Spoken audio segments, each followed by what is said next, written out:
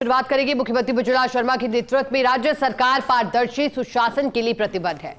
लोक कल्याणकारी योजनाओं की प्रभावी क्रियान्वयन पर सरकार का विशेष ध्यान है। 15 बाल गोपाल योजना के तहत दूध पाउडर दुरुपयोग पर कड़ी कार्रवाई। दूध पाउडर अनियमितता मामले में 5 शिक्षक निलंबित हुए। राज्य सरकार ने दिखाया भ्रष्टाचार के प्रति शून्य सहिष्णुता का रुख। स्कूल शिक्षा विभाग ने दोषी कार्मिकों पर त्वरित कार्रवाई की। निलंबित शिक्षकों में शीला बलाई, सुरेश कुमार, मंगला राम, पप्पा राम गोदारा और राजेश मीणा शामिल है। सीसीए नियम 13(1) के तहत तत्काल प्रभाव से निलंबन आदेश जारी। स्कूल शिक्षा निदेशालय बीकानेर के अधीन 3 सदस्यीय जांच कमेटी गठित। उच्च स्तरीय समिति 4 दिन में प्रस्तुत करेगी तथ्यात्मक रिपोर्ट। जांच में दोषी पाए जाने पर होगी सख्त अनुशासनात्मक कार्रवाई। प्रदेश भर के विद्यालयों में स्टॉक का भौतिक सत्यापन करने के निर्देश हैं।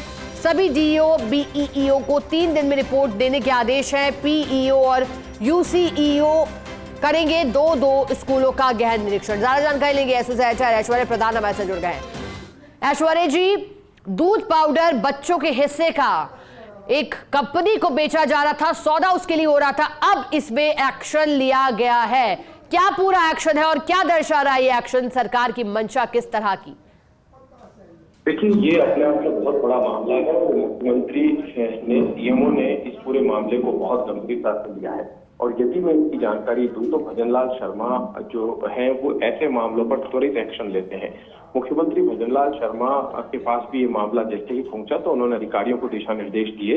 और इसकी सबसे बड़ी बात यह है कि स्कूली शिक्षा विभाग ने 15 बाल गोपाल ये योजना है, इसके तहत जो दूध पाउडर के दुरुपयोग की खबर लगातार चल रही थी और उस पर त्वरित संज्ञान लेते हुए कार्मिकों पर कार्रवाई की है।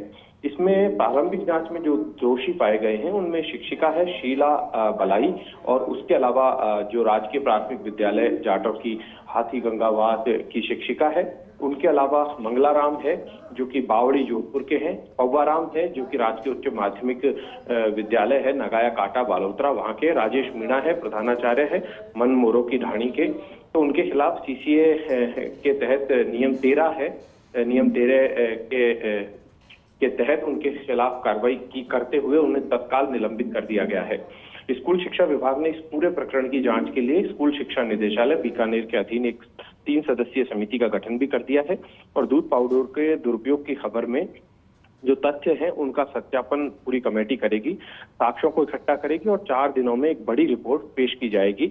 और यदि किसी अधिकारी या शिक्षक की संलिप्तता की पुष्टि होती है तो उनके खिलाफ भी अनुशासनात्मक कार्रवाई की जाएगी। प्रदेश भर के विद्यालयों में मध्याह्न भोजन के लिए सामग्री के किसी भी दुरुपयोग की रोकथाम तय करने के लिए स्कूली शिक्षा विभाग ने सभी संबंधित जिला शिक्षा अधिकारियों और खंड शिक्षा अधिकारियों को 3 दिनों के भीतर सत्यापित कार्रवाई रिपोर्ट प्रस्तुत करने के निर्देश दे दिए हैं। साथ ही पंचायत प्रारंभिक शिक्षा अधिकारी और शहरी क्लस्टर प्रारंभिक योजना अधिकारी को अपने अधिकार क्षेत्र के किन्हीं 2 स्कूलों जिनमें जो कुल लगभग 22,200 स्कूल है, किन्हीं 2 स्कूलों का गहन निरीक्षण कर जिला शिक्षा अधिकारी को रिपोर्ट प्रस्तुत करने के आदेश दिए हैं। स्कूल शिक्षा विभाग के शासन सचिव कृष्ण कुणाल ने भी जानकारी जो दी है सरकार के स्तर पर, उन्होंने कहा है कि स्कूलों में स्टाफ का भौतिक सत्यापन करने के आदेश जारी कर दिए गए हैं। भौतिक सत्यापन में किसी भी प्रकार की अनियमितता पाए जाने पर कठोर कार्रवाई की जाए। और बाल गोपाल योजना है, 15 बाल गोपाल योजना है, उसके अंतर्गत प्री प्राइमरी से लेकर कक्षा 8 तक के छात्रों को उनके पोषण में सुधार के लिए गर्म दूध उपलब्ध कराया जाता ही है।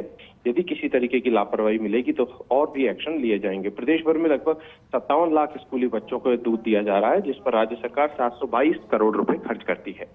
ठीक है ऐश्वर्य जी, जैसा आपने बताया कि बड़ा मामला तो एक्शन भी वाकई बड़ा। बहुत शुक्रिया आपका ऐश्वर्य जी, साथ जुड़ने के लिए, जानकारी के लिए।